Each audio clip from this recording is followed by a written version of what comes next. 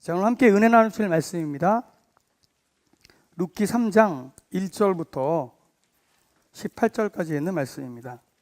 오늘도 함께 합독하며 주의 말씀을 우리 마음 가운데 새기기를 원합니다. 앞에 스크린을 통해서 말씀이 띄어질 것입니다. 함께 천천히 우리에게 주신 말씀으로 생각하고 함께 읽어가며 내려가도록 하겠습니다. 자, 함께 있습니다. 시작. 룻의 시어머니 나오미가 그에게 이르되 내 딸아, 내가 너를 위하여 안식할 곳을 구하여 너를 복되게 하여야 하지 않겠느냐? 내가 함께하던 하녀들을 둔 보아스는 우리의 친족이 아니냐? 보라, 그가 오늘 밤에 타작 마당에서 보리를 까불리라.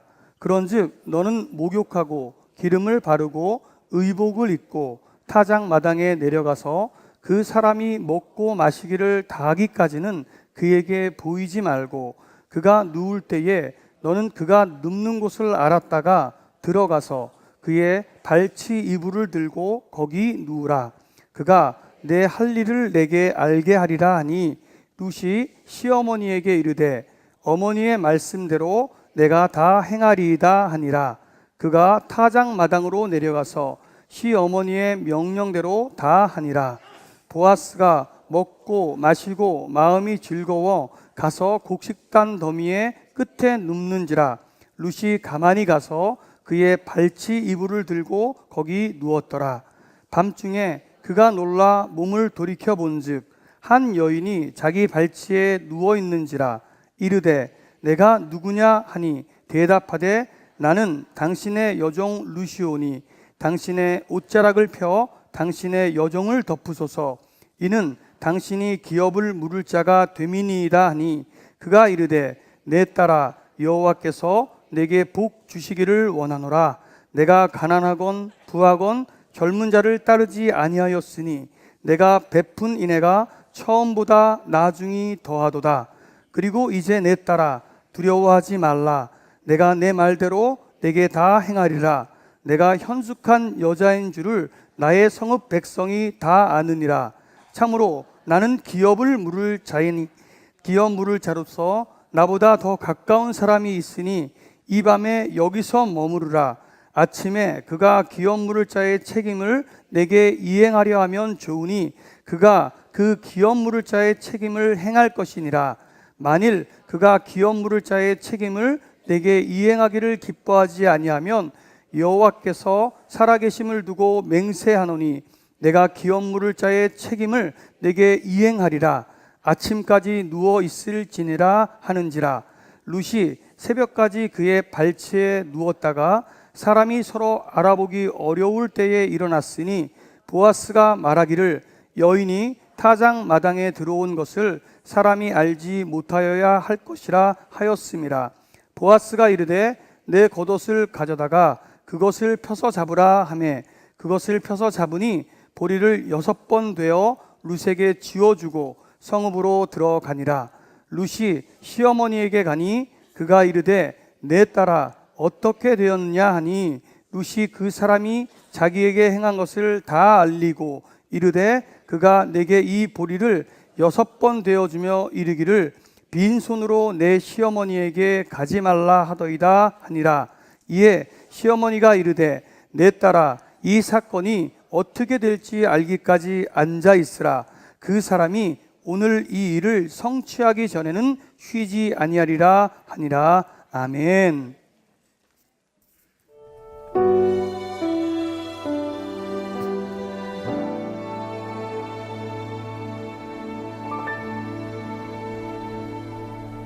나 무엇과도 주님을 바꾸지 않으리. 다른 어떤 은혜 구하지 않으리. 오직 주님만이 내 삶의 도움이시니 주의 얼굴 보기 원합니다. 우리 함께 고백해 볼까요? 주님 사랑해요. 주님 사랑해요.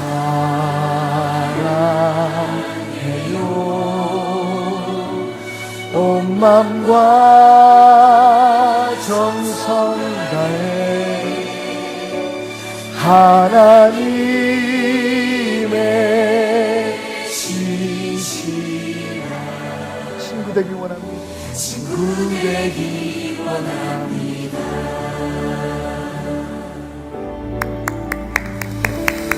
다시 한번 펀처치 베들교회 오신 여러분들을 주님의 이름으로 환영합니다. 예. 오늘 하나님 말씀 나누기 전에 좀 특별한 시간을 갖도록 하겠습니다.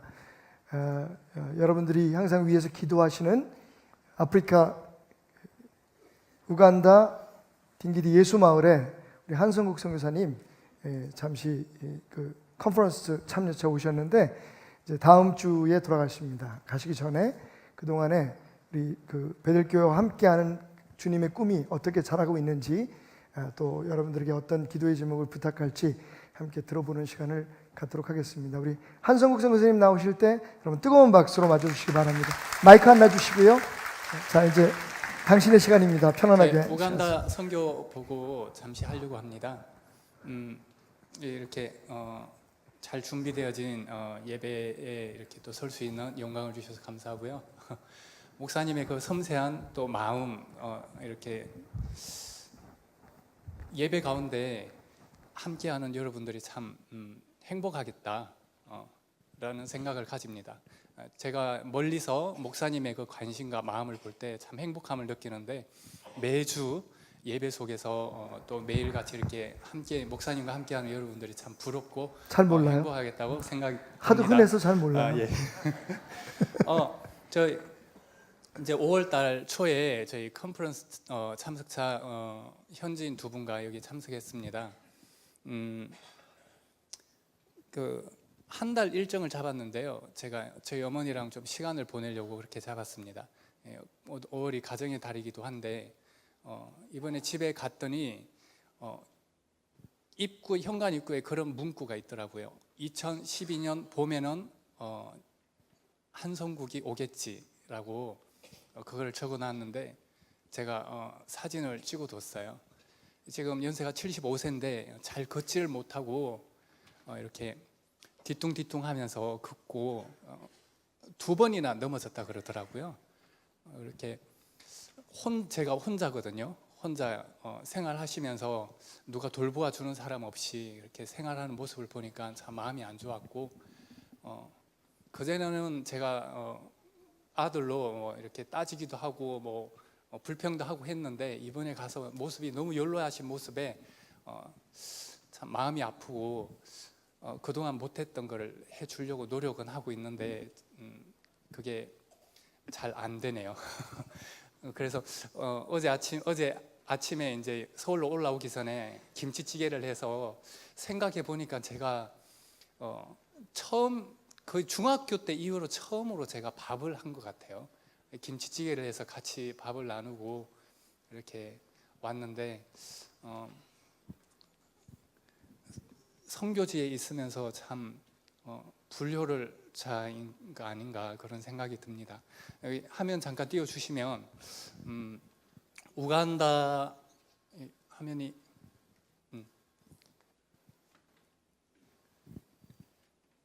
요한복음 1장 46절 나다나엘이 이르되 나사렛에서 무슨 선한 것이 날 수 있느냐 빌립이 이르되 와서 보라 하니라.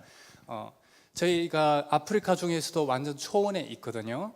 그게 가끔 세미나도 하고 목사님 이렇게 와서 집회하고 가면 주위에 초청을 합니다. 목회자들을. 그래서 그분들이 하는 얘기가 있어요. 딩기디에서 무슨 선한 것이 날 수 있느냐라고 합니다. 예수님이 나사렛에서 오셨잖아요. 하늘에서 권위 있는 모습으로 온 게 아니라 사람들을 섬기고 그 마음을 어루만져주고 위로해 주려고 인간의 모습으로 와서 십자가에 돌아가셨는데 저희가 있는 곳이 딩기디인데 그 아프리카 중심에 정말 힘든 곳에 있는 사람들조차도 그곳에서 무슨 선한 것이 날 수 있느냐 하고 캄팔라에 있는 사람들은 수도에 있는 사람들은 이곳에 오기를 두려워했었어요. 제가 2006년도에 처음 갔는데 내전이 있었기 때문에 여기가 정말 힘들고 어려운 곳이었어요. 저희 장인어른 돌아가신 김종석 목사님이 거기 동아프리카 UN 본부가 있는데 거기 가서 이곳에서 가장 가난한 곳이 어디냐 물어 찾아간 곳이 저희가 하는 선교지거든요. 지금은 도로도 놓이고 전기도 들어오고 아주 평안한 가운데 있는데 처음 갔을 때는 가장 가난하고 어려운 곳이었습니다. 예.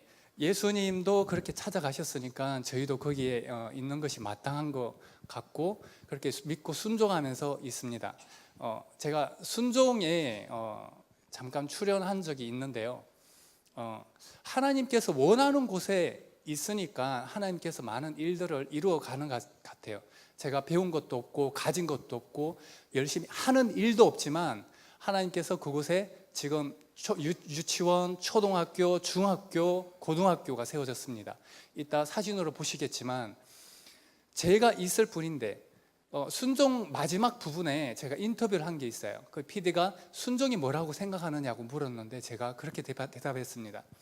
하나님께서 원하는 곳에 내가 있는 것이 순종인 것 같다. 제가 거기에 있을 뿐인데 하나님께서 사람들을 붙여주고 SBS가 와서 또 미랄이 오고 많은 교회들이 연결되어서 지금 거기에 하는 일들이 있는데 그게 제가 거기에 있을 뿐인데 하나님께서 저를 통하여서 또 많은 사람들을 통하여서 이루어 가는 것 같아요. 자, 이제 사진으로 한번 보도록 하겠습니다. 예. 우간다는 인구 4,400만인데요. 제가 처음 갔을 때 통계는 자료는 1,000 몇백만이었거든요. 그래서 지금 그 개수가 제대로 안 되어서 아직 후진국이고 그러니까 안 되어서 그랬을 수도 있고 지금 젊은이들이 되게 많아요. 4,400만 명인데 개신교는 11.1%입니다. 캐톨릭을 제외한. 예. 순수 개신교는 11.1%, 모슬렘이 계속해서 늘고 있어요. 13.1%입니다. 예, 이게 2018년 기준이고요. 그렇게 이 모슬렘들은 길가에다가 교회를 세우고 학교를 세우고 우물을 팝니다. 그렇게 해서 이제 전략을 세워서 들어오는데 개신교 선교사들은 지금 자꾸 나가고 있죠. 우간다는 이미 복음화 되었으니까 나가도 돼. 그래서 복음화 지금 비중이 처음 갔을 때보다 그 비율이 점점점 떨어지고 있어요. 예, 넘겨주세요. 저는 이제 중학교 때 하나님의 부름을 받았는데요. 조금 제가 원래 이 그대로 하자면 1시간이 넘어가더라고요. 목사님이 저한테 얼마나 할까요? 이렇게 물었는데 알아서 해 뭐 이렇게 말씀하셨는데 그 뜻이 알아서 해 뭐 이런 게 아니라 알아서 해 이렇게 그래서 짧게 말씀드리도록 할게요. 중학교 때 꿈속에서 이제 예수님께서 구름을 타고 와서 너는 사람을 낚는 어부가 될 것이다 라고 말씀하셨고, 고등학교 올라갈 때 구름을 타고 또 오셔서 아무 메시지가 없었지만 그 하나님의 사람이 돼야겠다라는 생각을 가지고 고등학교 때 오살리 기도원에서 기도하면서 하나님께서 기도 중에 아프리카 지도를 보여주셨어요. 그래서 거기에 아프리카에 내 영혼을 묻어라라는 그런 메시지를 듣고 이제 아프리카를 품고 있었습니다. 그리고 저희 목사님이 부흥사로 전국을 다니고 복음을 전하셨는데, 그렇게 헌금이 모이면 한 달에 한 번, 2달에 한 번 빛을 내서라도 선교를 가고 선교지에 이제 교회를 짓고 신학교를 세우고 선교사님들을 후원하셨어요. 그런데 우간다를 가시더니 오지 않는 거예요. 그래서 이 아프리카 우간다를 갔다는 얘기를 듣고 하나님께서 저에게 저를 부르는 듯한 메시지가 들렸어요. 그래서 우간다를 가더니 오지 않는 거예요. 일주일이 지났는데 보통 뭐 며칠 일정으로 갔다가 오시는데, 그래서 궁금증이 생겼고 나도 가봐야겠다라는 마음을 가지고 슬리퍼를 끌고 케냐 에어웨이를 타고 갔어요.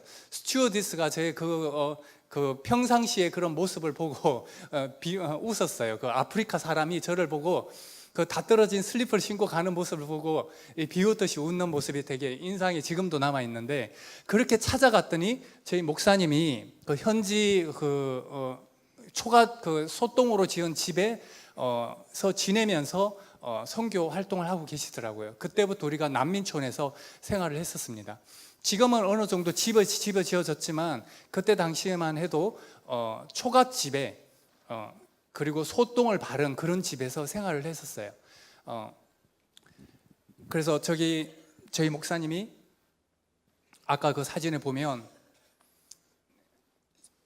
거기 난민촌에서 생활을 하다가 이제 저런 초원에서 오늘부터 여기서 지낼 거라고, 아직 내전 중이고 반군들이 다니는데 그 가운데 들어갔는데 군인들이 같이 와서 우리를 지켜줬어요. 저기 보면 조그마한 초가집 있죠? 지푸라기로 지은, 갈대로 지은 집. 저기서 지내면서 우리가 지냈던 우리 청년들이 지냈던, 목사님이 지냈던 그 집이 저 뒤에 보면 또 기초를 파놓은 데가 있어요. 그 집이 거기에 세워졌어요.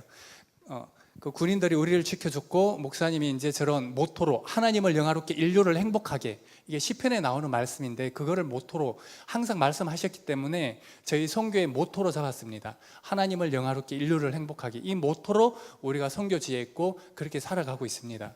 네, 다음 넘겨주시고요. 그래서 목사님이 2009년도에 돌아가셨어요. 3월 달에. 그리고 제가 이제 2009년 4월 달에 한 달 후에 이제 우간다로 들어갔고, 물론 2006년 처음에 이제 같이 조인해서 선교를 하다가 저는 한국에 들어왔습니다. 선교지에 돈이 좀 필요할 것 같아서 핸드폰 가게를 열었어요. 그때 정릉에다가 열었거든요. 1호점, 2호점. 이 세상에 이제 우연이란 없는 것 같아요. 모든 게 다 하나님의 순리대로 넘어가는 것 같고, 제가 30년 전에 제 사촌을 따라서 정릉에 왔었어요. 여기 개천이 흐르고 이런 기와집이 있고, 정말 30년 전에 개발되기 전에 정릉에 처음 왔고, 그리고 선교지를 갔다가 처음 또 사업을 하고 우리가 정착한 곳이 이 정릉이에요. 그러다가 이제 저기 다음 주에 안수받는 황전도사님이 여기 핸드폰 가게를 인수받고 이 교회를 출석하게 되고, 제가 이 교회에서 파송을 받게 되었습니다. 그리고 목사님이 1년에 한두 차례 저희 우간다를 방문하게 되고, 우연인 것 같지만 우연이 없는 거예요. 하나님의 순종, 하나님은 모든 앞을 내다보고 과거도 알고 지금 현재도 하나님은 모든 것을 보시고 들어서 쓰시는 거예요. 무엇이 중요하냐면 하나님의 뜻이 무엇인지 알아서 그곳에 내가 있기만 하면 하나님께서 역사하는 것을 보실 겁니다. 여러분들도 가정에서도, 여러분 직장에서 하나님께서 원하는 것이 무엇인지 알아서 그 자리에, 그 위치에, 여러분들에게 맡겨진 직분의 위치에 맞게만 있다면 하나님께서 이루어 가실 거예요. 하나님께서 저에게 꿈을 주셨잖아요. 중학교 때 그 꿈속에서 와서 너는 사람을 낚는 어부가 될 것이다. 그리고 오살리 기도원에서 기도를 할 때 환상 중에 아프리카 지도를 보여주시고, 그 지명을 찾아보니까 소울즈버리, 영혼을 묻으라는 메시지를 들었고 아프리카를 품었어요. 제 와이프도 초등학교 3학년 때 아프리카 헌신할 사람 나오라고 해서 이 단에 나와서 아프리카 선교하겠다고 했고, 사우나를 하면서 아프리카 훈련을 그 어린 마음에 했었어요. 그렇게 하나님께서 원하는 곳에 우리가 아프리카에 가 있을 뿐인데 하나님께서 역사하시고 이루어 가시고, 사람들이, 저는 그런 마음이 없지만 대학교를 하라고 돈을 보내고, 저는 또 이제 그런 여러 가지 이 사연들이 있지만 그런 품고 있을 뿐인데, 그 자리에 있을 뿐인데 하나님께서 이루어가고 역사하시는 모습을 봅니다. 여러분들도 그 자리 지키기만 하면 이루어 가실 줄 믿습니다. 순종이란, 제가 생각하는 순종이란 하나님께서 원하는 그 자리에 여러분들이 있을 때 그것이 바로 순종이고 하나님께서 이루어 간다는 것이죠. 모세가 40년 동안 왕궁에서 훈련받고, 훈련이라기보단 자라나고 교육을 받았죠. 40년 동안 그것이 아무것도 아니라는 것을 깨닫게 하시고 맷돌에 갈듯이 갈아버렸잖아요. 그래서 하나님께서 40년간 쓰려고 80살에 부를 때, 하나님 저는 할 수 없어요, 아무것도 아니에요, 다 내려놓고 겸손해질 때 드디어 준비되었다, 들어서 쓰시잖아요. 내가 할 수 없을 때, 가진 것이 없다고 생각될 때, 정말 가진 게 없고 지식이 없을 때 하나님께서는 그 사람을 들어서 쓰시고 하나님의 역사를 이루어가는 줄로 믿습니다. 그걸 순종하는 사람, 순종이 바로 그런 것이 아닌가 싶습니다. 2009년도 4월 달에 제가 왔고, 저희 가족들은 2009년도 8월 달에 왔습니다. 그때 사랑이 첫째 애가 8살, 초등학교 1학년 마쳤을 때고, 둘째 요한이가 8개월 때였어요. 그렇게 자라면서 맨발로 다니고 아무 데서나 변을 두고 겨울 이제 한국에 한 두세 번 정도 왔어요. 지금까지.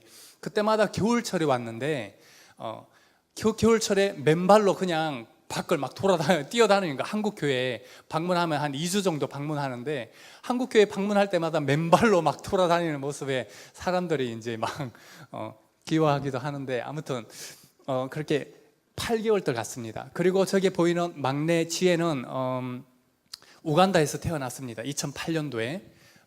그리고 이제 지금 오토바이를 타고 이제 다니는 모습인데요. 한 오토바이에 저렇게 5명이 타고 다닙니다. 예, 그래서 김혜수도 선교사님, 그리고 김은혜, 한사랑, 한요한, 한지혜, 그리고 저 한성국까지 이렇게 우간다에 있습니다. 예, 넘겨주세요. 그러니까 이제 교회 건축 사역을 하고 있어요. 쟁가리 일빛교회는 저희 목사님이 저 교회를 짓고 이제 얼마 안 돼서 돌아가셨죠. 그리고 지금까지 한 20개 정도 교회를 지었습니다. 저희 목사님 이제 그 돌아가시고 추모 예배 때 피종진 목사님이 예배를 하시면서 우리도 교회도 이제 그 헌당 교회를 하나 지어야겠다 해서 지었는데 그 교회가 부흥을 해서 스스로 유치원, 초등학교도 하고 이제 중학교는 아직 하지 않았지만 정말 많이 부흥이 되었어요, 그 교회가. 그리고 최근에 또 교회를 하나 지었는데 그 교회가 정말 또 시골 교회 아주 잘 지어졌어요. 이제 좀 기술이 늘어가지고 아름답게 지어졌고, 그 피종기 목사님의 가정에서도 교회를 하나 지어야겠다고 지금 얘기를 하셨는데 아직 짓지는 않았어요. 그렇게 교회 건축 사역을 하고 있습니다. 네, 넘겨주세요. 그리고 우물 또 넘겨주세요. 우물 파기 사역을 하는데 이 우물 파는 것 그리고 건축 사역은 김혜스더 선교사님이 사역하고 있고, 굴로 매일같이 나가서 물건을 사서 건축 자재 나르고 사람들 관리하고 제일 스트레스 받는 일이 이건데 김혜스더 선교사님이 감당하고 있습니다. 네, 넘겨주세요. 그리고 또 넘겨주세요. 이제 교회 개척 사역을 하는데 이제 교회 저희 이게 딩기드 교회고요. 목사님이 오시면 항상 집회를 하는 곳입니다. 그리고 중학교에도 베델 교회도 교회가 있고 한 3군데가 직영으로 같이 이제 이렇게 교회를 개척해서 하고 있습니다. 그리고 이제 교회 그냥 지어주면 끝이고, 예. 그리고 이제 기존에 베델 교회에서도 후원했었죠. 파스타 시다랑 사이몬이랑 밀턴, 총 5명의 파스타가 이제 전도를 하기 전에 나가기 전에 찍은 사진이에요. 이 분들은 이제 개척을 해서 나갔고요. 각자 받은 달란트대로 음악적으로 뭐 교회 개척을 해서 파스타로, 오른쪽에 있는 친구는 좀 불구인데 다리를 좀 절고 좀 힘들어하는 친구예요. 근데 그 신유의 은사가 있어서 기도를 하면 넘어지고 막 이렇게 뭐 나았다 뭐 그런 얘기를 많이 들어요. 아주 능력이 있어요. 그리고 이 2명은 이제 우리 교사 중에서 훈련을 시켜가지고 지금 파스타로 하고 있고, 한 명은 베델 중학교의 교장이고 한 명은 초등학교 교사이자 우리 딩기드 교회 이제 파스타예요. 5월 초에 같이 와서 선교 훈련 받고 갔습니다. 같이 비전을 나누고 우리 중학교, 초등학교에서 졸업한 아이들을 대상으로 100명의 선교사를 보내자라고 같이 합의를 보고 돌아갔습니다. 다음 사진. 여기 이제 베델 교회에서 양복 맞추어 줘가지고 태어나서 처음으로 새 옷을 입었어요. 이 가격을 보고는 이 옷이면 우간다 가면은 한 몇십 불에 옷을 살 수가 있는데 그런 점점점 얘기를 하고 갔어요. 정말 좋아하고 안경도 맞추고 옷도 맞추고 정말 태어나서 처음으로 새 옷을 입고 돌아갔습니다. 너무 좋아했고 행복해했습니다. 예. 그리고 이제 이 아픈 아이들 같이 생활하면서 도와주고 있고요. 넘겨주세요. 그리고 저 만나 프로젝트라고 이제 또 워낙 없는 곳이기 때문에 뒤로 넘어가시면 이렇게 옥수수 가루 뒤로 넘겨주시면 옥수수 가루라든지 여러 가지 도움을 주고 있습니다. 그냥 여기 두세요. 그리고 이제 여기가 초등학교고요. 초등학교 교직원이 한 40명 정도 되고요. 아이들이 450명입니다. 여기는 이제 미랄과 개인 후원과 개인 교회들 그리고 병원에서 후원을 해서 학교가 운영 중이고요. 다음 넘겨주세요. 네, 넘겨주세요. 그리고 이제 베델 중학교 여기는 교사와 직원들 전체 합쳐서 한 20-30명 정도 되는데요. 여기는 베델 교회에서 전적으로 운영 중에 있고요. 이 베델 교회가 이제 80세 드신 목사님이 우리 선교지에 가끔씩 방문하셨어요. 1년에 한두 차례로 오셨어요. 80세가 넘으셨는데 그렇게 오시면 예전에 재봉틀을 팔던 분이시거든요. 그래서 우리 아이들이 옷이 한 벌, 2벌밖에 없어요. 우리가 교복을 주면 그 옷이 유일한 옷이 돼요. 근데 이게 다 떨어지니까 오면은 그거를 꾸며주고 가세요. 한 주간, 한 보름 일정을 잡고 와서 꾸며주고 가셨는데 그분이 땅을 사놓으셨어요. 제가 이제 기술학교 하고 싶고 중고등학교를 하고 싶고 그런 비전을 나누니까 이분이 땅을 사주시고 있었는데 그게 SBS가 또 연결이 되어서 SBS가 이제 3억이라는 돈을 보내서 또 건물을 짓고 그리고 이 베델 교회에서 또 운영을 하면서 학생들이 이제 도움을 받고 공부를 하고 있어요. 그 학생들을 받으면 이제 막 엄청 받을 수는 있지만 우리는 좀 특화된 그 학생들만 받기 위해서 1등급, 2등급만 받아서 훈련을 시키고 있습니다. 아이들이 이제 아침, 점심, 저녁으로 신앙 훈련을 받고 100% 기숙학교를 하고 있어요. 그래서 이 아이들이 불과 몇 개월만 우리랑 같이 지냈지만 집에 돌아가면 부모들이 변화된 아이들의 모습을 보고 너무 감사하는 거예요. 우리 아이가 이렇지 않았는데 어떻게 이렇게 되었냐고. 성품이 바뀌고 생활이 바뀌고 말하는 게 달라지고 있습니다. 그렇게 훈련을 받아서 100명의 선교사를 보내고자 기도 중에 있습니다. 그렇게 베델교회에서 이제 후원을 받은 아이들이 성장하고 있고요. 교육 인프라, 교육 지원, 신체 발달, 세상적으로도 딸리지 않고 또 신앙적으로도 훈련을 시키고 있어요. 예, 넘겨주세요. 그리고 이제 교사 교육, 어린이 전도협회 가서 교사 훈련을 하는데 여기 갔다 오면 교수법이나 말하는 게 눈빛이 달라지는 모습을 봅니다. 또 넘겨주세요. 그리고 부모 교육도 부모들을 불러서 이제 교육을 시키고 있고요. 네.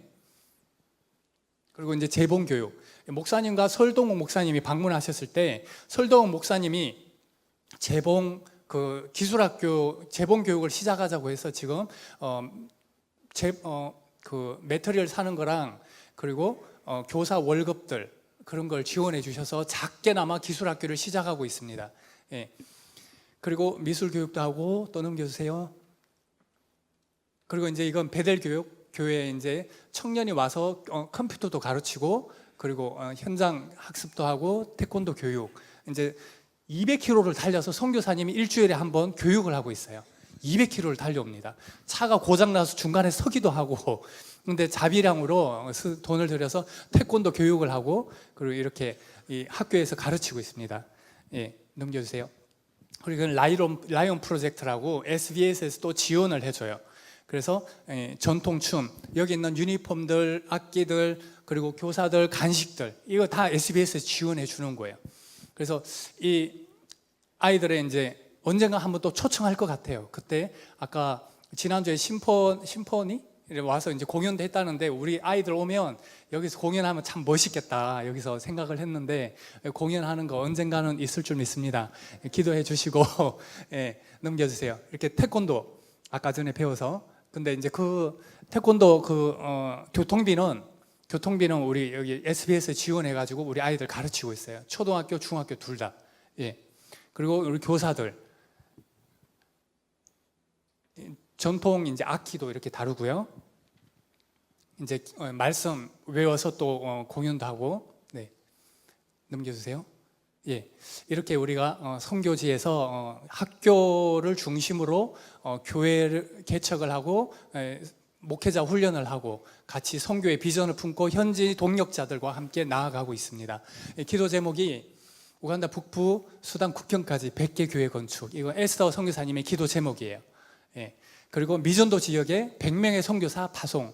한국 사람은 갈 수 없는 이라크나 아프가니스탄 너무 비난이 많고 정부에서도 가면 불법이 되고 그런데 아프리카 사람들은 갈 수가 있고 우간다 사람들은 쉽게 접근할 수가 있거든요. 그래서 그분들을 훈련시켜서 선교사로 파송할 수 있는 그런 100명의 선교사 파송 그 이상의 파송이 있을 수 있기를 기도합니다. 각 교회마다 선교원이 지원되고 아까 피종지 목사님 교회 말씀드렸죠. 유치원, 초등학교 돼서 지금 엄청 부흥하고 있고 선교원 통해서 많은 사람들이 복음화되고 있어요. 기술학교 설립이 될 수 있도록 그리고 동력자들을 위해서 성령 충만 건강을 위해서 또 자녀들 교육을 위해서 기도 부탁드립니다. 네, 예, 사랑합니다. 감사합니다. 네. 같이 한번 읽어보겠습니다. 내가 산자들의 땅에서 여호와의 선하심을 보게 될 줄 확실히 믿었노라. 시작. 내가 산자들의 땅에서 여호와의 선하심을 보게 될 줄 확실히 믿었노라. 믿었도다. 우리가 살아 있을 동안 여호와의 선하심을 보게 될 줄로 믿습니다. 아멘. 감사합니다. 자, 5월달에는 목사가 참 설교하기가 힘들어요. 왜냐하면 어린이날 이제 설교하면 어린이 자녀들에 대해서 설교할 때 성도들 가운데는 이제 자녀가 없으신 분들이 계시잖아요. 하나님의 계획 속에서. 그러면 이게 이 설교를 해야 되나 말아야 되나 걱정이 될 때가 됐어요. 그리고 이제 어버이날 설교를 하게 되면 또 이제 성도들 가운데는 그 부모님과 별로 좋지 않은 그런 그 감정들이 있으신 분들이 많이 있습니다. 예, 종종 있습니다. 그래서 또 부모님들에 대해서 어떻게 또 뭐 살아계시지도 않은데 무슨 효도를 어떻게 하란 말이야. 설교가 좀 만만치 않을 때가 있습니다. 사실은 우리 교회에서는 지키지 않지만 부부의 날이라고 또 부부주의를 지키는 교회들도 있는데 뭐 그런 경우 여러분 아시다시피 또 혼자 사시는 분들 계시기 때문에 이 5월달에는 설교의 포인트를 잡기가 굉장히 어렵습니다. 하지만 다 하나님의 말씀 가운데 우리에게 주시는 행복을 위한 그런 여러 가지 하나님의 말씀이기 때문에 용기를 가지고 또 가능한 모든 분들이 들을 때에 신앙적으로도 좀 이렇게 은혜가 될 수 있도록 이렇게 설교를 준비하곤 합니다. 근데 특별히 이번 5월달이 더 힘들었던 게 뭐냐면 제가 밑도 끝도 없이 성도들의 요청에 따라서 룻기 설교를 시작했단 말이에요. 룻기 1장을 해놓고 한 2주를 딴 설교하고 2장 해놓고 또 2주를 딴 설교하고 오늘 마침내 다시 3장에 돌아왔는데 걱정되는 건 다음 주가 우리 교회 창립기념일입니다.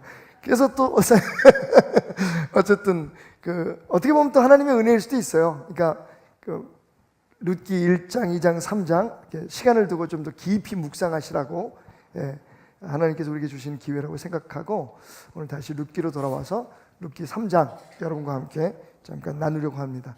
오늘 이런 그림 한 장과 함께 시작해 볼까요? 여러분 잘 아시는 그림이죠. 한번 좀 보셨죠? 성북구에는 간송미술관이라고 있습니다. 거기에 지금 소장되어 있는 그림인데 민화입니다.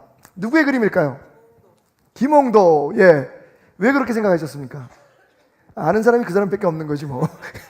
그죠? 조선시대의 그 민화 화가로서 유명한 사람 하면 김홍도. 그죠? 김홍도 그 화백이 가장 유명하고 그걸 알려있고 그다음에 신윤복이라고 여러분 미인도를 그렸던 신윤복 그 아시죠? 예.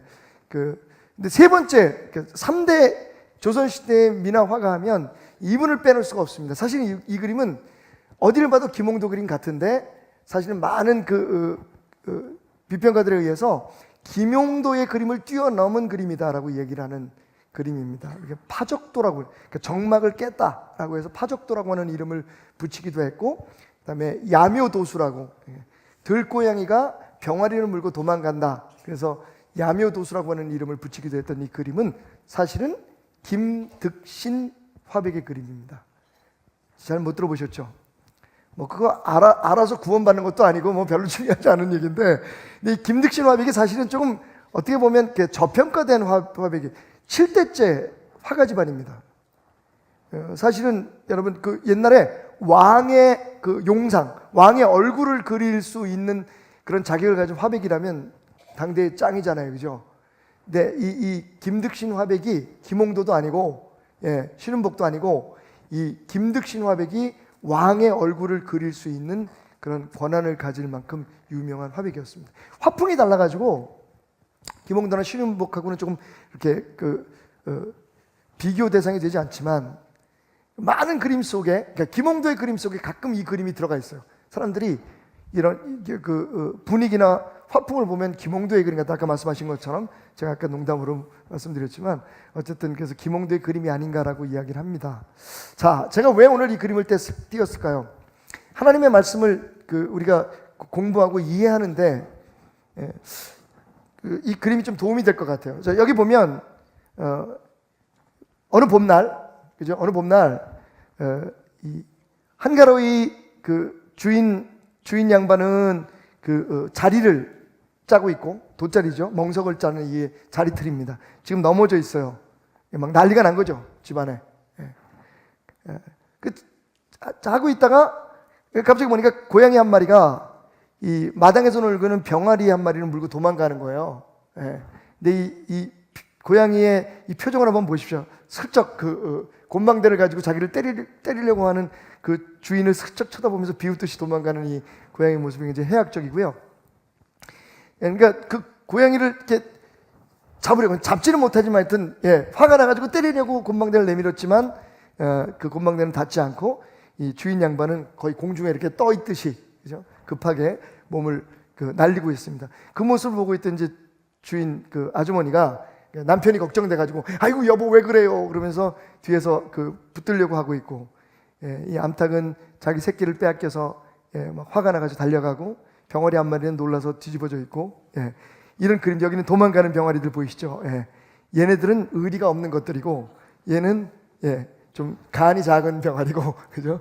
그래서 엄마만 그냥. 그러니까 요 그림 하나에 굉장히 많은 것들이 표현되어 있습니다. 그런데 여러분, 이 그림에 자기 자신을 어디에다가 대입시키느냐에 따라서, 그러니까 어떤 관점에 자기 자신을 두느냐에 따라서 이 그림을 이야기를 만든다면 굉장히 다른 이야기가 나올 것 같아요. 그죠? 한번 여러분 생각해 보시죠. 오늘 여러분의 삶에 여러분의 모습을 보면 이 그림 중에 어디에 속해 있을 것 같아요? 요거요? 고양이를 물고 도망가는 병아리? 병아리를 물고 도망가는 고양이일까요? 아니면 고양이 입에 물린 소위 재수 없는 병아리일까요? 아니면 물려가는 병아리를 안타깝게 바라보면서 화를 내는 이 주인의 모습일까요? 그러니까 사실 우리가 이 그림 가운데 어디에 내 모습을 투사시키느냐에 따라서 이 이야기에 대한 우리의 이해는 달라질 수 있습니다. 하나님의 말씀도 마찬가지입니다. 하나님의 말씀을 우리가 이해할 때, 그죠? 어떤 사건을 보면, 어떤 이야기를 보면, 오늘 이 룻기처럼 친구라는 이름을 가진, 뜻을 가진 이름을 가진 룻의 이야기를 봐도 거기에 나옴이라는 등장인물이 나오고, 그죠? 미리 죽었지만 엘리멜렉이 나오고, 그리고 두 아들이 나오고, 그리고 자기 길을 떠났던 오르바라고 하는 또 며느리가 나오고, 룻이 나오고, 그리고 오늘 이제 보아스가 등장하고, 그 후에 이제 그 자손들이 이렇게 쭉쭉쭉 등장하는데, 이 많은 인물 가운데 내가 어느 입장에 있느냐 하는 것을 생각함에 따라서, 내 관점에 따라서 이 이야기는 우리에게 주는 영적인 교훈들이 달라질 수 있다는 겁니다.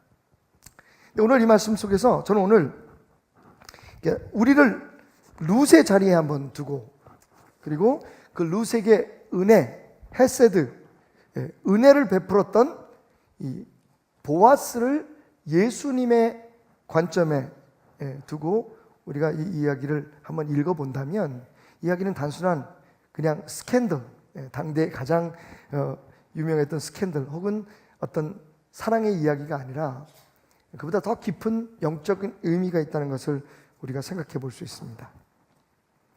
룻기 3장에 나타난 우리의 이야기, 지금부터 시작해 보려고 합니다. 고대 이스라엘에는 여러분 잘 아시는 고엘, 한번 따라 볼까요? 고엘이라는 제도가 있었습니다. 원래 이 고엘이라고 하는 그 명사는 무엇을 무르다, 그러니까 대신 갚아주다라고 하는 그런 그 동사에서 온 단어입니다. 그래서 레위기에 보면 기업을 물을 자라고 하는 단어가 나오는, 그런 말이 나오는데, 그러니까 이 고엘이라고 하는 말은 하나님께서 허락하신 그 기업, 어떤 가문의 기업을 영구히 보존하고, 그리고 혈족을 유지하고, 어려운 일을 당한 그 친족들을 보호해주는 일종의 사회보장제도로서의 그런 역할을 했던 제도였습니다. 내용을 여러분들이 다 아시니까 간단하게 설명하면, 어떤 가정이 어려움을 겪잖아요. 빚을 너무 심하게 졌는데 그것을 갚을 그런 능력이 없다. 그러면 1차적인 그런 사회적 책임이 누구에게 있냐면 가장 가까운 친족에게 있는 거죠. 그 사람이 이제 고엘이 되어 주어서 그 가문에서, 그 집안에서 지은 빚을 대신 갚아주고 그들을 자유롭게 해주는 제도. 그런데 만약에 그 가정에 남편이 죽었어요. 가문을 이어가야 할, 대를 이어가야 할 큰 아들이 죽거나 혹은 남편이 죽었어요. 그럼 대를 이을 수가 없잖아요. 그런 경우에도 아까 말씀드린 처럼 그 혈연을 이어가기 위해서, 대를 이어가기 위해서 그 미망인을 아내로 맞아서, 가까운 친척이 아내로 맞아서 그 가문의 대를 이어주도록 하는 그런 제도가 바로 고엘 제도였습니다. 오늘 본문 말씀에 보면 그 고엘 제도를, 고엘이라고 하는 그 책임을, 사회적이고 신앙적인 책임을 충실히 감당하는 보아스의 이야기가 등장하고 있습니다. 일찍이 좀 잘 살아보겠다고, 그죠? 아직 살만한데 그래도 더 잘 살아보겠다고 베들레헴을 떠나서 모압으로 갔던 엘리멜렉이라고 하는 사람의 집안에 닥쳐온 여러 가지 불행들, 우리가 다 들었습니다.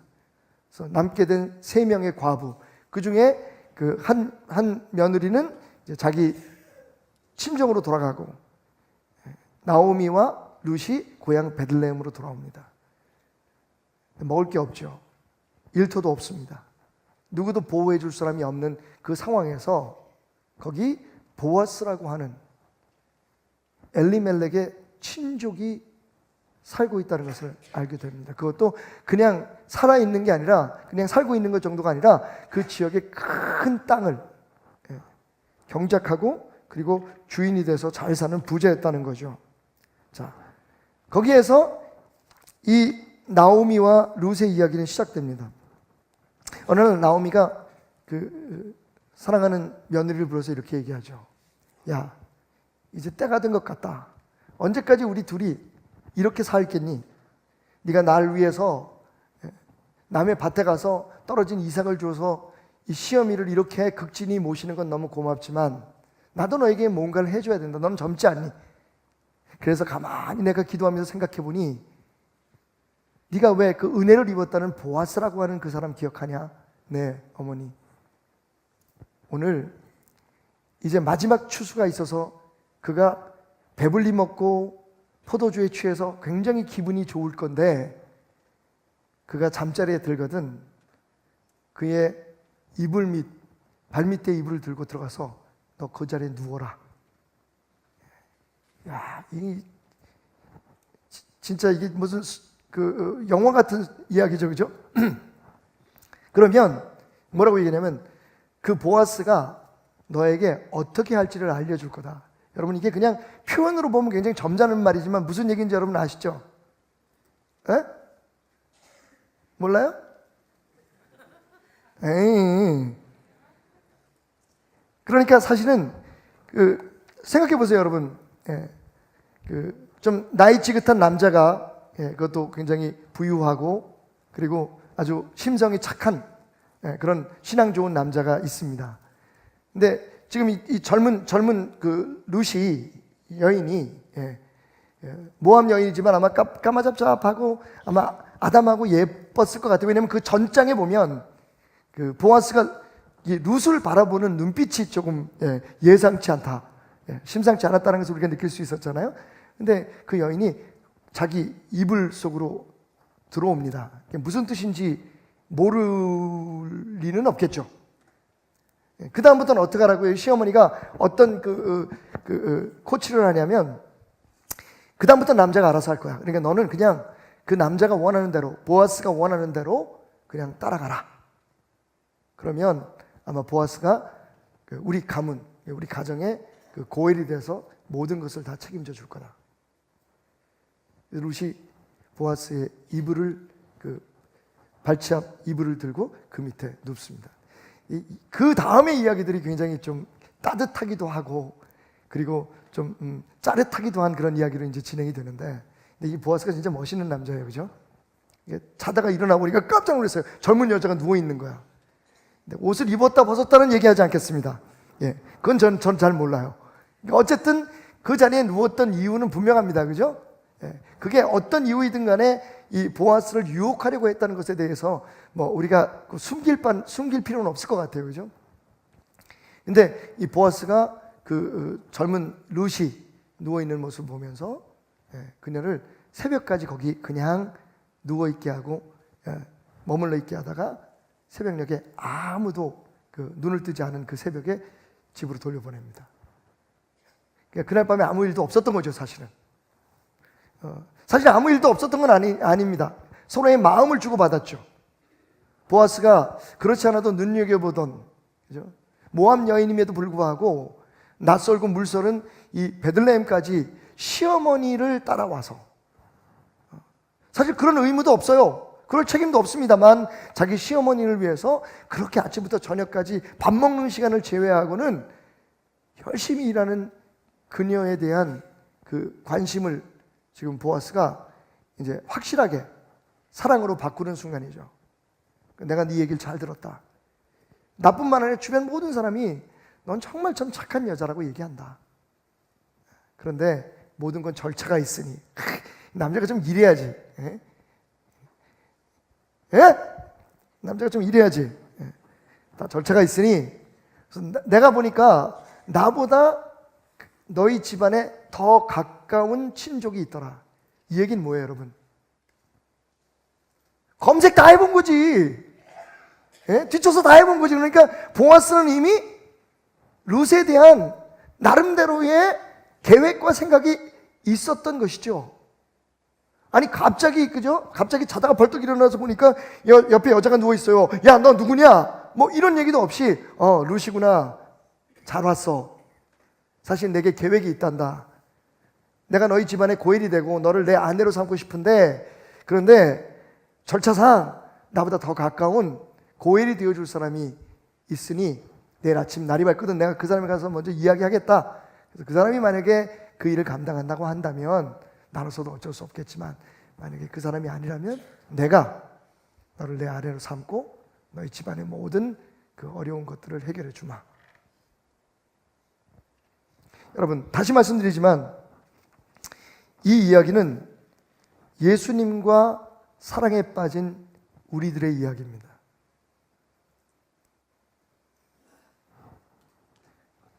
자, 그 이유에 대해서 그레이슨 아처라고 하는 분이 이런 말씀을 해요. 보아스가 그리스도의 모형인 이유, 우리의 고엘이 되신 그리스도의 모형인 이유는 다음과 같다. 4가지를 얘기했는데 그 책에서, 첫째, 고엘은 반드시 혈족이어야 한다. 여러분, 이 고엘이라고 하는 신성하고 아름다운 제도의 첫 번째 조건은 뭐냐면요, 친족이어야 합니다. 혈족이어야 돼요. 아무나 내가 그 집 책임져 줄게. 그 가문이 불쌍하니까 내가 그 가문의 후원자가, 후견인이 되어 줄게. 이렇게 얘기할 수 있는 게 아니에요. 보아스도 이야기하듯이 거기에는 다 절차가 있고 거기에는 다 순서가 있는데 가장 중요한 조건이 뭐냐 하면 혈족이어야 돼요. 자, 그런데 보십시오. 로마서 8장 29절, 히브리서 1장 6절 연이어서 읽겠습니다. 하나님이 미리 아신 자들을 또한 그 아들의 형상을 본받게 하기 위하여 미리 정하였으니 이는 그로 많은 형제 중에서 맏아들이 되게 하려 하심이니라. 아멘. 예수님을 뭐라고 말씀하고 계시죠? 맏아들이라고 얘기하고 있죠. 그 맏아들이라고 하는 것은, 그죠? 하나밖에 없으면 외아들이라 그러지, 맏아들이라고 얘기하는 것은 그 밑에 다른 동생들이 있다는 거죠. 그 동생들의 정체에 대해서 사도 바울은 뭐라고 얘기하냐면 하나님이 미리 아신 자들이라고 얘기하고 있습니다.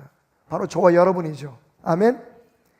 하나님께서 여러분을 아시고 여러분을 선택하시고 여러분을 부르셔서 오늘 이 자리에 나오게 하신 것을 믿으시기 바랍니다. 그러니까 우리가 하나님의 아들 되기 위해서 선택받은 자들이죠. 그렇다면 예수 그리스도는 우리의 큰형님, 맏아들, 첫아들이 된 것입니다. 히브리서 1장 6절에는 또 그가 맏아들을 이끌어 세상에 다시 들어오게 하실 때에 하나님의 모든 천사들은 그에게 경배할지어다. 계속해서 사도 바울이 쓴 로마서뿐만 아니라 혹 사도 바울이 쓰지 않았을 수도 있는 히브리서의 저자도 예수님을 맏아들이라고 표현하고 있습니다. 예수님도 우리를 형제라고 부르고 계십니다. 아멘. 그러니까 고엘이 될 수 있는 첫 번째 조건, 혈족이어야 된다. 충족되죠. 두 번째는 고엘은 어쨌든 부자여야 돼요. 그죠? 빚을 갚아줘야 되잖아. 고엘의 목적, 생각해 보십시오. 자기는 더 찢어지게 가난한데 내가 그 집에 미망이 된 며느리가 탐이 나가지고 내가 당신 집에 고엘이 돼주겠습니다. 그럼 못해요. 왜? 빚을 갚아줘야 되거든요. 그 집을 책임져 줘야 되는 거예요. 그러니까 물질적으로도 그렇고 여러 가지 면에서 풍족함이 있어야 하는데, 에베소서 1장 7절, 우리는 그리스도 안에서 그의 은혜의 풍성함을 따라 그의 피로 말미암아 속량 곧 죄 사함을 받았으니, 할렐루야. 우리가 빚진 자 되어서, 그죠? 죄인으로서 살아갈 때에 예수 그리스도께서 그 피값으로 풍성한 은혜로 말미암아 우리를 구원해 주셨단 말이에요. 우리 빚을 갚아 주셨습니다. 예수님이 얼마나 풍요로우신 분이시냐. 이 세상의 모든 사람, 과거에 있었고 오늘 있고 그리고 심지어는 앞으로 올 자들 가운데 예수 그리스도를 믿는 모든 자들의 죄를 단번에 갚아주실 수 있을 만큼 풍부한 은혜를 가지신 분임을 여러분 믿으시기 바랍니다. 어떤 사람들은 그런 얘기를 해요. 목회자는 가난해야 된다. 그것도 자기의 선택이지만 사실은 꼭 그래야 될 건 아니에요. 왜? 그건 오해에서 와요. 뭐라 그러냐면 예수님이 언제 그랜저 타고 다녔냐? 예수님이 언제 제네시스 타고 다녔냐? 예수님은 당나귀 타고 왔다. 여러분, 그 당시에 당나귀는 제네시스급이에요. 예수님은 가난하게 살았다. 집도 없었다. 여러분, 예수님이 집이 없어서 없었을까요? 아니면 집이 필요하지 않으셔서 집을 사지 않으셨을까요? 아니, 물로 포도주를 만들어서 예수님께서 양조장 주인을 했어도 대박이다. 요즘 불타는 태양이라는 그런 사건 때문에 그 어려움을 겪고 있는 한 그 가수가, 이미지였던 가수가 우리나라 아주 그 굴지의 막걸리집 손주라 그래가지고 굉장히 그 이름이 알려졌었잖아요. 근데 여러분, 이 막걸리 장사만 해도 여러분 알다시피 정주영 씨도 처음에는 막걸리 장사로 시작해서 현대라는 대기업을 이루지 않았습니까? 사실은 굉장히 좀 신성 모독적인 표현이라고 생각할 수도 있지만 예수님이 제일 먼저 행하신 기적은 물로 포도주를 만들었어요. 아무리 막걸리 양조 그 업의 귀재라고 할지라도, 그죠? 막걸리 만들면 쌀을 만들든지 뭐가 있든지 뭐가 있어야 되잖아. 예수님은 그냥 맹물 가지고, 물만 가지고도 포도주를 만들 수 있어요. 예수님이 여러분 가난하다고요? 물고기 2마리 보리떡 5개 2만 명을 먹였어요. 아마 식품 유통업을 했어도 대박이셨을걸요? 그죠? 남에게 만들어 놓은 걸 이렇게 갖다 주는 게 아니라 직접 만드셔서 유통하실 수 있을 만큼의 능력이 있으신 분이니까. 게다가 죽은 사람 살려, 병든 자 고쳐. 아니, 정말 예수님께서 그걸 돈으로 환산하시려고 하셨으면 예수님 그렇게 가난하게 살 필요가 있었을까요? 없었을까요? 우리 예수님은 우리가 생각하는 것보다 훨씬 더 부자십니다. 단지 우리가 어떠한 삶을 살아야 하는지를 보여주시기 위해서 당신이 모든 것을 내려놨을 뿐이지. 우리의 모든 빚, 우리의 삶의 어떤 육신적인 그런 질고나 빚뿐만 아니라 우리의 영적인 빚까지도 다 갚아주실 수 있을 만큼 은혜가 풍성한 하나님, 우리 예수님은 부유하신 분이십니다. 혈족이죠. 우리의 빚을 갚아줄 수 있을 만큼, 모두의 빚을 갚아줄 수 있을 만큼 풍요로운 분이십니다. 그런데 세 번째로 중요한 게 있어요. 그리스나 하처 박사에 의하면 일단 고엘이 되려면 의지가 있어야 된다는 거죠. 여러분, 이야기 속에도 들었지만 보아스가 뭐라고 얘기합니까? 나보다 더 가까운 친족이 하나 있어. 먼저 그의 의사를 물어보자. 그가 만약에 하겠다고 하면 내가 뒤로 물러설 것이고, 그가 안 하겠다고 하면 내가 책임져 줄게. 이 얘기는 뭐냐면, 고엘이 되려면 당연히 혈족이어야 하고, 그 다음에 갚아줄 만한 돈이 있어야 되지만, 책임져 줄 만한 부유함이 있어야 되지만, 그것보다 더 중요한 게 뭐냐면 사실은 의지가 있어야 된다는 거예요. 억지로 주어지는 의무가 아니라는 겁니다. 자기가 원해야 가능한 거예요. 자, 그렇다면 갈라디아서 1장 3절과 4절에서 사도 바울은 뭐라고 얘기합니까? 우리 하나님 아버지와 주 예수 그리스도로부터 은혜와 평강이 있기를 원하노라 라고 축복하면서 그리스도께서 하나님 곧 우리 아버지의 뜻을 따라 이 악한 세대에서 우리를 건지시려고 우리 죄를 대속하기 위하여 자기 몸을 주셨다라고 얘기합니다. 할렐루야. 예수님께서 우리를 위해서 십자가에 죽으시고 우리의 영적 고엘이 되어주시고 우리의 삶의 모든 빚을 갚아주신 이유가 바로 처음부터 계획된 하나님의 뜻을 따르는 그분의 순종함에 의지에서 온 것이다 라고 이야기하고 있다는 겁니다. 예수님 억지로 매신 십자가 아니에요. 예수님은요 우리를 구원하기 위해서, 우리의 고엘이 되어주시기 위해서, 우리의 죄의 빚을 갚아주시고 우리의 삶의 모든 연약함을 채워주시기 위해서 스스로 선택한 길입니다. 예수님 스스로도 말씀하셨죠. 내가 지금 이 순간 많은 천사들을 불러서 나를 구원하지 못하겠느냐? 하지만 나는 그렇게 하지 않는다. 왜? 그렇게 하나님의 뜻을 순종하며 내가 십자가를 짐으로 모든 사람들의 빚을 갚아주고 모든 사람들을 영원한 죽음에서 살릴 수 있기 때문이다. 여러분, 예수님의 십자가의 죽음은 억지로 죽음 아니었습니다. 당신을 위해서, 당신을 살리고 당신의 삶을 풍성하게 하기 위해서. 예수님 말씀에 요한복음 10장 10절에서 내가 온 것은 양들에게 생명을 줄 뿐만 아니라 그 생명을 어떻게 해요? 풍성하게 하기 위해서 왔다. 예수님은 우리의 고엘이십니다.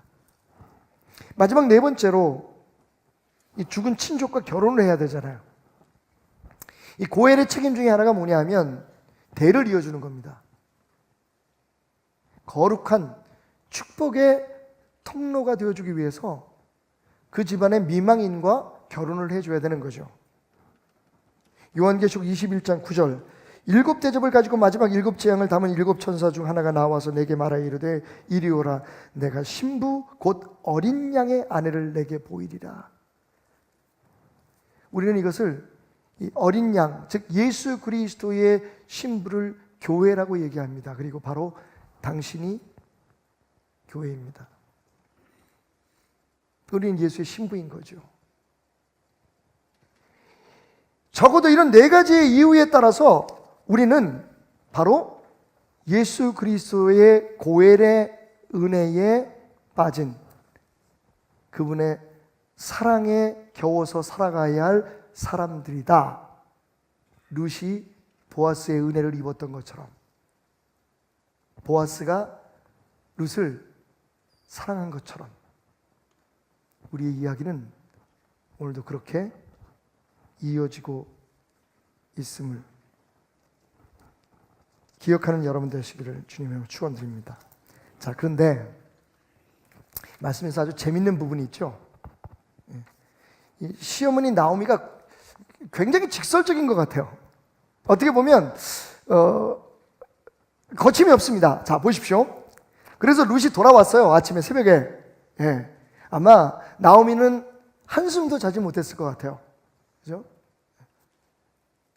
한숨도 자지 못했을 것 같아요. 그렇게 어린 홀로 된 며느리를 보아스라고 하는 사람에게 보내놓고, 그리고 그를 어떻게 유혹하고 그가 어떻게 하기를 기다리다라고 늙은 여인으로서, 그리고 먼저 인생을 산 그런 선배로서 그 젊은 여인 그리고 자기의 며느리에게 다 코치를 했잖아요.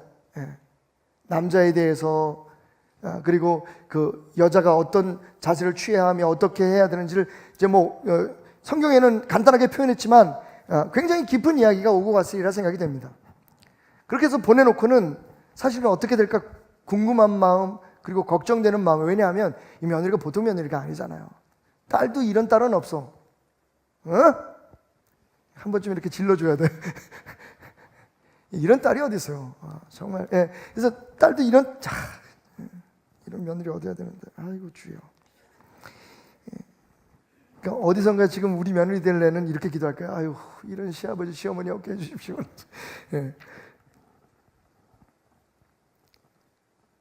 아침에 문소리가 납니다. 며느리가 들어와요.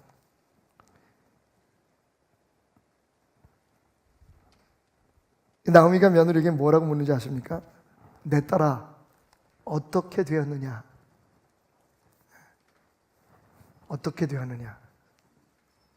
야, 이 질문에 대해서 해석에 따라서 굉장히 다른 그런 우리가 결론을 얻을 수가 있는데, 직설적으로 얘기하면, 그래, 어떻게 잤어? 옛날에 무슨 그 영화에 나와서 회자됐던 유행어처럼 통화였느냐? 그래서 어젯밤에 무슨 일이 있었어? 애들 없죠? 네. 오늘 이 설교는 약간 18.5금 정도 되는 것 같아요. 자, 상상하기 따라서, 물론 거룩한 여러분들은 전혀 그런 상상을 안 하시겠지만, 어떻게 됐니? 어떻게 통했어? 잤어? 보아스가 너를 안 떠냐? 뭐 이런 질문으로 이해될 수 있습니다만, 사실은요, 원어를 그대로 직역해 놓은 킹 제임스 바이블을 보면, 킹 제임스 버전을 보면, 이 어떻게 되었느냐라고 하는 질문은 who art thou? 제가 그 고어를 읽었습니다. 지금 현대어로 말하면 who are you? 너는 누구냐라고 질문을 했다는 거예요. 그러니까 보아스의 아내가 되었느냐? Who are you? 너의 정체가 뭐냐? 이게 무슨 뭐 다구치거나 책망하는 의미가 아니라 정말 너 보아스의 여자가 된 거야?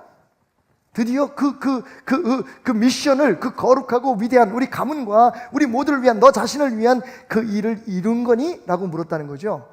그러니까 우리 한글 성경에는 어떻게 되었느냐고 물었지만 사실 그거는 그 의역이고요. 원래 번역은 Who are you? 너는 누구냐? 라고 물었다는 거예요.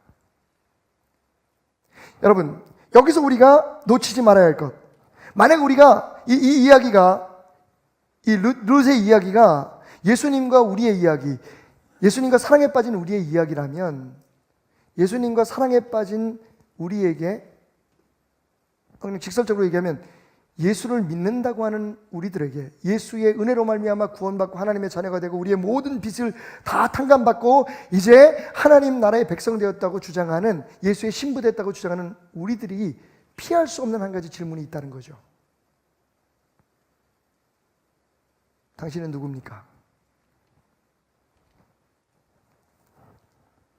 우리 흔히 그렇게 얘기하죠. 종교가 뭡니까? 기독교인. 그죠? 당신은 교회를 다니시는군요. 우린 교회 다니는 사람. 뭐 예배 보는 사람. 예수 믿는 사람. 거기다 이제 좀 교회를 다니게 되면 우리에게 따라붙는 직분들이 있습니다. 아무개 집사, 아무개 권사, 장로. 네, 여러분, 그렇게 그 형식적인, 상투적인 이름 말고 정말 지금 나오미가 알기를 원하는 게 뭐예요? 보아스하고 잤느냐는 거예요. 보아스하고 intimate relationship, 관계를 가졌느냐는 거예요.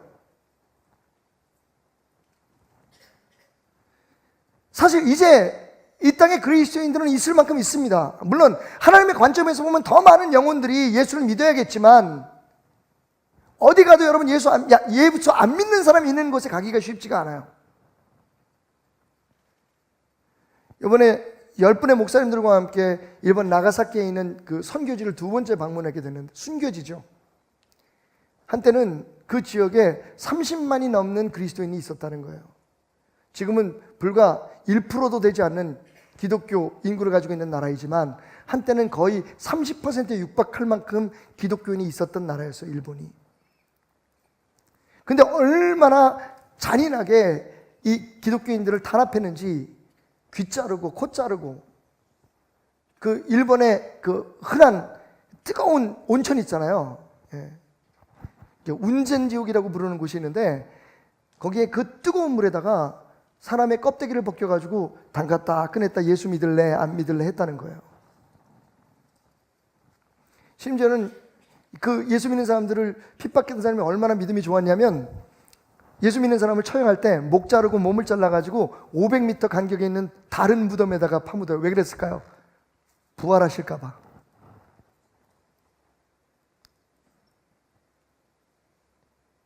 여러분, 예수를 믿는다는 게 지금 우리처럼 그냥 흔하게 나 교회 다녀, 그래, 종교 하나쯤은 있어야 되는 거 아니야?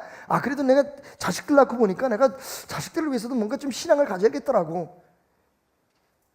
그런 이야기가 아닙니다. 사실은 우리가 그렇게 우리를 위해서 자기의 모든 것을 바쳐서 우리의 빚을 갚아주시고 우리를 하나님의 자녀가 되게 하신, 우리를 신부게 되게 한 고엘 되신 그 예수님을 우리가 알게 됐고 믿게 됐고 사랑하게 됐다고 한다면, 여러분, 피할 수 없는 질문이에요. Who are you? 그래서 너는 누구냐? 예수를 만난 다음에 너는 어떻게 변했느냐 하는 거예요. 진짜 예수를 만난 흔적이 너에게 있느냐? 너는 예수의 신부가 되었느냐? 예수의 사람이 되었느냐?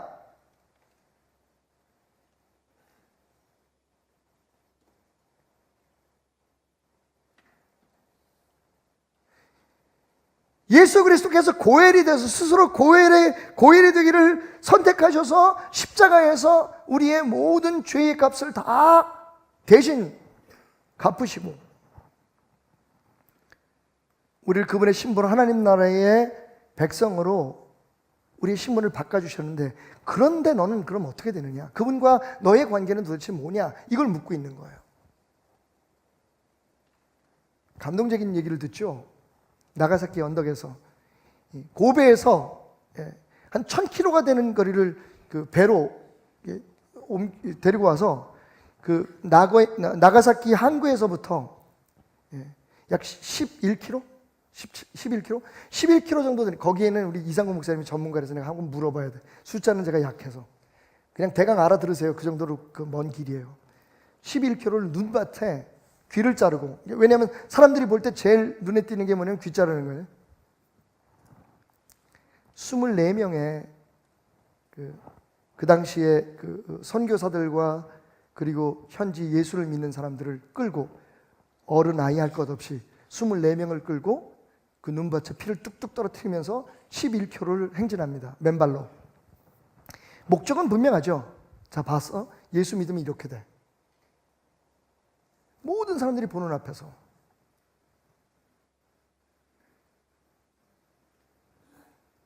그래서 결국 그 26인 성인 그 순교지가 있는데 거기서 26명을 십자가에 못 박혀서 예수님이 죽으신 것과 똑같은 모습으로 죽여요. 모든 사람들이 다 오래오래 두고 보라고 그 산꼭대기 언덕 위에 십자가에다가 1011km, 그러니까 1000km를 데리고 와서 그 나가사키 언덕 위에다가 못을 박는데, 여러분 제가 실수한 게 아니라 처음 출발한 사람은 24명이었어요. 끌려온 사람이 24명이었다고요. 원래 죽이려고 목적했던 사람이 24명이었어요. 2명은 어디서 생겼을까요? 그렇게 끌려오는데 갑자기 두 사람이 그 무리들 가운데 뛰어듭니다. 그리고 이렇게 얘기했다는 거죠. 우리도 그리스도인입니다. 우리도 함께 이 길을 걷겠습니다. 미친 거 아니야? 이 마지막 십자가에 못 박거나 목을 베기 전에 이 사람들이 꼭 했던 일 중에 하나가 뭐냐면 가족들을 만나게 해주는 거예요. 여러분 기억하시죠? 우리 주기철 목사님 순교하시기 직전에 3일 동안 집에 돌려보냈다는 거. 거의 비슷한 전략이에요. 뭐냐면 가족들을 본 사람이 마음이 약해지잖아요. 그럼 그 자리에서 나 예수 안 믿겠습니다. 그러고 예수 얼굴이 그려져 있는 판을 밟고 지나가면 살려주는 거예요. 그 모든 사람들이 봐라. 이 사람도 이렇게 바꿔서 니들도 예수 믿지 마. 이렇게 얘기하려고. 근데 그걸 다 끝까지 참아낸 거죠. 가족들도 차라리 예수를 부인하고 살아가는 것보다 끝까지 예수와 함께 십자가를 지라고 그 사람 남편과 아비를 보내는 거죠.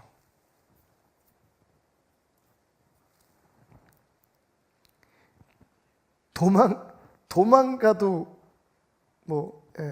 괜찮을 판에 잡혀온 것도 아니고 들킨 것도 아니고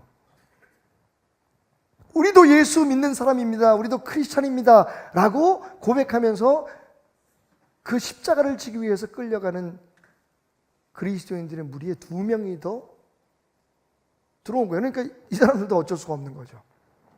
원래 죽이려고 했던 사람이 24명인데 26명을 처형하게 된 겁니다. 급하게 십자가를 2개를 더 만들었겠죠. 근데 그 마지막 십자가에 매달기 전에 또 한 가지의 사건이 벌어집니다. 거기 어린 소년이 하나 있었는데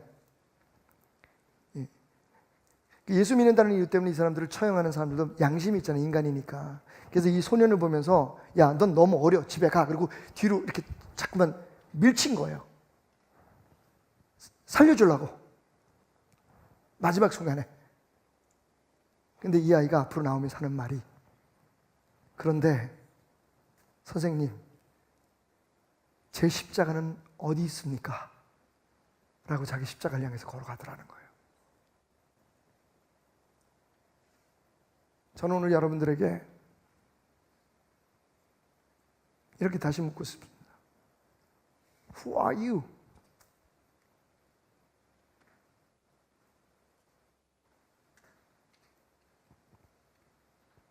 예수를 사랑한다고 고백하고 찬양하고 하나님의 사람이라고 얘기하고 예수 십자가의 보혈의 은혜로 말미암아 그 사랑으로 인하여 우리가 구원을 받았다, 나는 새 삶을 얻었다고 주장하는 우리들, 그래서 교회 안에서 직분도 받고 주어진 사명도 받고 매 주일마다 다른 거 다 포기하고 교회 나오는 여러분들, 과연 여러분들은 진짜 누구십니까?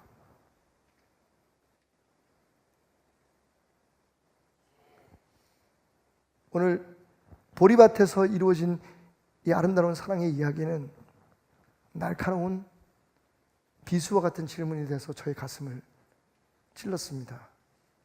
박태남, 너는 누구냐?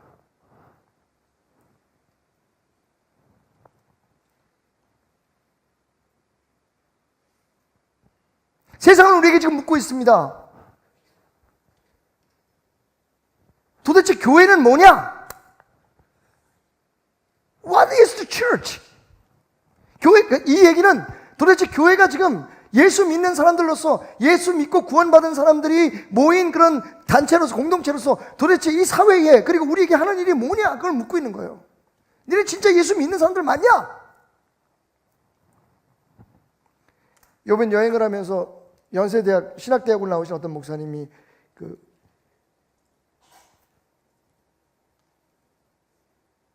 당신을 가르치던 교수님이 최근에 이런 말씀하시는데 굉장히 충격을 받았다고. 그런 말씀하시더래요. 이미 물에 잠기고 있는 배를 왜 건지려고 하느냐? 새로운 배를 띄워라. 그분은 한국 교회에 더 이상 희망이 없다고 선포하는 거죠. 그냥 가게 내버려둬라. 더 이상 사람들의 신뢰를 회복시킬 수도 없고 이 모습으로는 안 되니까 진짜 교회를 새롭게 세우기 위해서 몸부림쳐라. 2박 3일의 짧은 여행이었지만 끊임없이 제 머릿속에 감도는 생각이었습니다. 그게 답일까? 아니면 이 풍랑만난 한국 교회에 다시 예수를 깨워 우리가 죽게 되었는데 주님 잠만 주무시고 계시겠습니까? 라고 외쳐야 될까?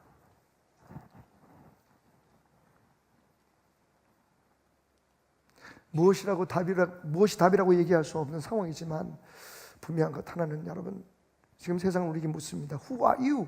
그래서 교회 다닌다며, 예수 믿는다며, 목사라며, 근데 넌 누구냐? 예수하고 어떤 관계냐? 너 예수를 만난 적은 있니? 예수가 네 안에 지금 살아있니? 넌 예수의 신부가 맞니? 매일매일 예수와 같은 집에서 사냐?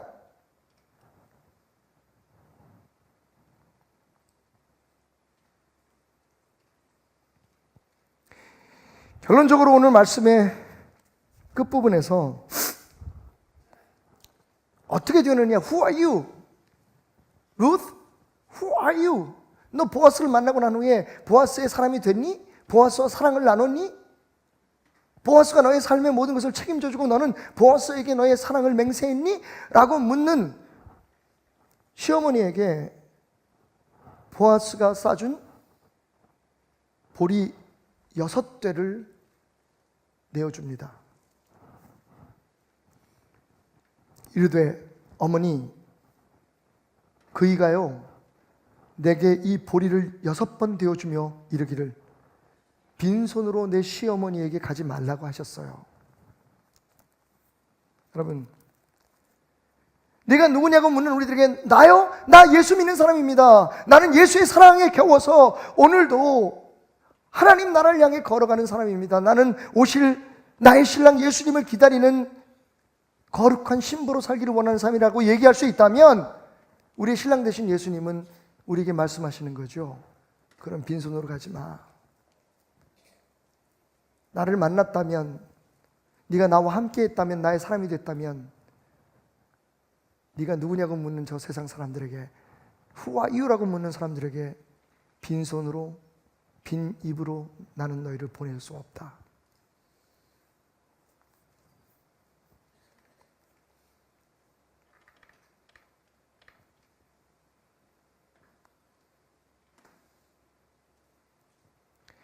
오늘 여러분의 가슴엔, 여러분의 입술엔, 여러분의 손엔 그분이 여러분에게 되어준 그 은혜와 사랑, 그 값없이 주어진 복음의 소식이 들려져 있습니까?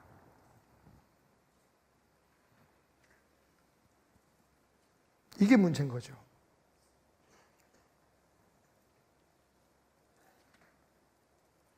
그분이 우리의 고엘이라면, 그래서 우리의 모든 영적인 육적인 빚을 갚아주시고 우리의 삶을 책임져 주시겠다, 저 영원한 나라 갈 때까지 내가 너희와 함께 있을 뿐만 아니라 너희의 삶을 풍성하게 내가 해주겠다고 약속하셨다면,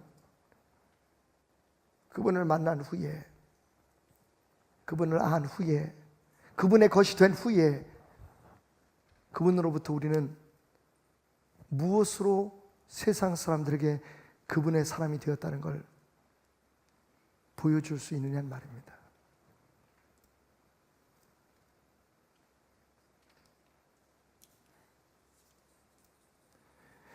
그렇게 핍박을 받던 일본의 크리스천들은 산을 넘어서 아무도 쫓아올 수 없는 은밀한 곳에 숨게 됩니다. 그리고 260년을 그곳에서 하나님을 섬기며 살게 되죠. 하지만 시간이 흐르면서 많은 것들이 변화됩니다. 그리고 그들이 예수 믿는다는 사실을 들키는 순간 죽는다는 사실을 알고요, 여러 가지 새로운 문화들을 만들어내게 되죠. 심지어는 일본에 가서 여러분이 보면 좀 고개를 갸웃할 만한 것, 그리고 우리가 다시 한번 믿음에 대해서 생각해 봐야만 하는 그러한 증거들이 있는데, 그게 뭐냐면 모습은 부처님이에요. 그런데 가슴에 십자가가 달려져 있습니다. 겉으로는 불쌍해요. 근데 이렇게 뒤집어 보면 그 밑에 십자가가 그려져 있어요. 그러니까 그 당시에 크리스천들이 자신들이 예수님을 믿는다는 사실을 들키면 죽으니까 예배의 장소에 흔히 그 당시에 모든 일본 사람들이 믿었던 불교의 신상을 만들어 놓고 거기에 십자가를 그려놓은 겁니다. 이건 이스라엘 백성들이 자기네들의 영욕을 위해서, 자기네들의 그런 욕구를 충족하기 위해서 금송아지를 만든 것과는 얘기가 다른 겁니다. 근데 그렇게 260년을 흘러다 보니까 후손들이요, 나중에는 자신들이 예수를 믿는 사람들이라는 걸 모르게 되죠. 그런데 그 문화는 계속 지속됩니다. 심지어는 저녁 식사 자리에서 성찬식을 해요. 나름대로 성찬식이죠. 근데 그들이 그게 무슨 행위를 하는지도 모르고 자기 조상들이, 자기 할아버지가, 자기 아버지가 자신들에게 가르쳐준 그것을 계속 모여서 서로 떡 대신 밥을 쪼물쪼물 주물러가지고 그걸 띄워주면서, 그리고 차 혹은 사케를 돌리면서 그걸 가지고 성찬식을 합니다. 근데 그게 성찬식인지 모르는 거죠, 이 사람들은. 그렇게 260년이 지나고 드디어 그들이 세상에 알려지게 되는 어느 날, 이미 사회가 바뀌고 260년 동안에 종교가 자유가 되고 기독교인들이 생겼어요. 굉장히 작은 숫자지만 일본의 기독교인들이 생겼단 말이에요. 이 사람들이 그 숨겨진 마을의 사람들을 만나게 된 거예요. 깜짝 놀랍니다. 당신들 하는 게 우리하고 똑같아. 당신들이 다른 이름으로 부르고 당신들이 다른 노래를 부르지만 그게 찬송가고 그게 성찬식이고 우리는 같은 신을 믿었던 거야. 오랜 세월이 지나도 그들의 삶 속에 배어 있었던, 그들의 조상 때부터 흘러내려온 그 신앙의 DNA는 드러낼 수 없었지만 그들의 삶 속에 남아 있었던 거죠. 여러분, 세상 사람들에게 우리는 무엇을 줄 수 있을까요? 얘기할 수 있습니다. 나 성경 많이 읽고, 나 찬양하고 예배하고, 나 선교도 다니고 뭐하고, 나 선교사로 가려고 결심했어. 여러분, 나름대로 우리가 예수 그리스도를 믿고 예수 그리스도를 안다고 하는 표현을 할 수가 있습니다만, 중요한 건 그 증거로서 우리가 그이에게 받은, 그분으로부터 받은 무엇을 세상에게 줄 수 있겠느냐는 겁니다. 여러분, 당신은 누구십니까? 예수를 믿는 당신은 어떻게 되었습니까? 라고 묻는 세상 앞에 빈손으로 가지 마십시오. 빈입으로 가시지 마십시오. 그게 오늘 우리의 문제입니다. 우리는 좋은데, 우리는 신나는데, 우리는 은혜 받았다고 큰 소리 치는데, 여러분, 세상을 향해 줄 것은 아무것도 없습니다. 간증도 없고 따뜻한 사랑도 없고.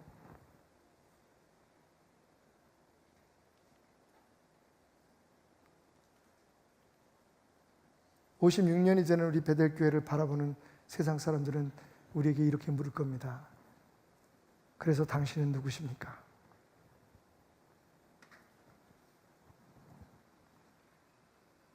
(56년간) 예수를 따르고 예수의 사랑에 겨워서 삶의 모든 짐을 내려놓고 영원히 죽을 수밖에 없는 운명에서 벗어나 하나님의 사람이 되었다고 하는, 하나님의 집이라는 이름을 가진 여러분들은 도대체 누구입니까? 여러분, 우리는 그들에게 무엇을 줄 수 있을까요? 당신은 무엇을 주시겠습니까? 미국에 여러분 마릴린 먼로라면 모르는 분이 아무도 없을 겁니다. 섹시스타의 심볼이었죠. 그런데 그 마릴린 먼로와 함께 세상에서 가장 아름다운 여인 10명 중에 같이 어깨를 나란히 했던 한 헐리우드 배우가 있었습니다. 동시대에 아주 유명한 배우였었는데, 이 에반스 콜린이라고 하는 이 여인이 어느 날 그 루크라고 하는 미국의 유명한 잡지사에서 그 개최하는 세상에서 가장 아름다운 여인 10명을 위한 행사에 참석하게 되었습니다. 자기 시간이 되어서 강단에 올라선 이 에반스 콜린이라는 여인이 갑자기 눈물을 글썽이며 이렇게 얘기합니다. 여러분, 저는 오늘 헐리우드를 떠납니다. 다시는 여러분이 은막에서, 스크린에서 저를 볼 수 없으실 겁니다. 사람들이 웅성웅성하기 시작합니다. 그러자 그녀는 이렇게 말합니다. Because I am in love with somebody.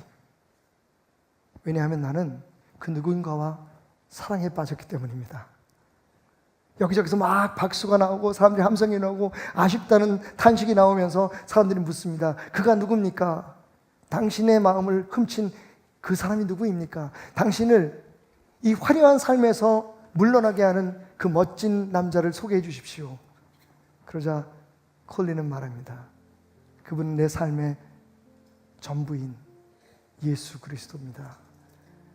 나는 얼마 전 그분을 만났고 이제 더 이상 저의 삶이 의미가 없는, 내가 살던 이 세상 아닌 다른 곳에 더 멋진 세상이 기다리고 있다는 것을 알게 되었습니다. 그러면서 이런 말을 잊지 않았답니다. 여러분, 저는 오늘 아침에도 화장을 했습니다. 그리고 오늘 아침에도 예쁜 옷을 골라 입었죠. 하지만 같이 화장을 하고 같은 옷을 입었어도 예전과는 달랐습니다. 예전에는 어떻게 어떤 남자에게 더 멋있게 보이고 사람들에게 얼마나 유혹적인 모습으로 나타날까를 위해서 립스틱을 고르고 화장의 색조를 골랐지만, 드레스를 골랐지만, 오늘 아침에 전 나의 사랑이신 주님께서 나를 어떻게 보실까? 그분의 신부로서, 그분의 사랑하는 사람으로서 세상 사람들 앞에 서 있는 나의 모습을 그이는 어떻게 보실까?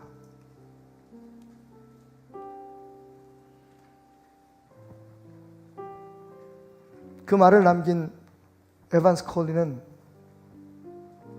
헐리우드를 떠나 선교사 학교에 입학을 합니다. 그리고 7년 동안 아프리카에서 사역을 하다가 그곳에서 하나님의 부름을 받습니다. 아니, 그렇게도 사랑하던 그분 곁으로 돌아갑니다. 잠시 미국에 돌아왔을 때 빌리그레이엄 목사님 부부와 식사를 하게 되었는데 빌리그레이엄 목사님이 물었답니다. 콜린, 후회하지 않으세요? 그러자 그녀는 말했습니다. 아니요. 이보다 더 행복할 수는 없거든요. 영국의 여왕보다, 미국의 대통령보다 저는 지금 더 중요하고 행복한 삶을 살고 있답니다. 예수 믿고 난 후에 우리가 뭐가 달라졌을까요? 우리의 모습? 여러분, 생활은 좀 나아지셨습니까? 어떤 정치인의 말처럼 예수 믿고 좀 나아지셨습니까? 무엇이 달라진 걸까요? 우리의 삶의 목표가, 우리 삶의 동기가 달라진 거죠. 우리 가슴이 달라진 겁니다. 여러분, 모두가 다 선교사로 나갈 이유는 없습니다. 저는 그걸 반대하는 사람입니다. 지금 있는 자리에서 선교사가 되는 것이 맞습니다. 그리고 가야 할 사람은 가야겠죠. 주님을 믿는다고 해서 우리의 삶이 완전히 외형적으로 바뀌어야 된다고 성경은 이야기하고 있지 않습니다. 중요한 건 우리가 하는 모든 일들의 일상의 이유가 달라져야 된다는 거죠. 저도 오늘 여러분과 나눌 이 이야기, 특히 에반스 콜린의 이야기를 생각하면서 아침에 오늘 어떤 양복을 입을까 자켓을 입으면 생각했습니다. 이렇게 물었죠. 예수님, 오늘 사람들이 나를 목사로 볼까요? 지난주에 막 춤을 춰가지고 이 사람들이 나를 별로 안 좋아할 것 같은데 오늘은 좀 점잖게 당신의 종으로 보였으면 좋겠네요. 여러분, 저 괜찮죠? 그럼 어제는 안 그랬단 말이야? 여러분, 마지막으로 이렇게 여러분들에게 물어도 될까요? 허락하신다면 대답해 주십시오. 예수를 만난 여러분은, 예수의 십자가의 사랑으로 구원받은 여러분은 갚을 수 없는 그 큰 빚을 갚아주신 그분과 함께 사랑하는 여러분은 Who are you? 도대체 누구십니까? 기도합시다.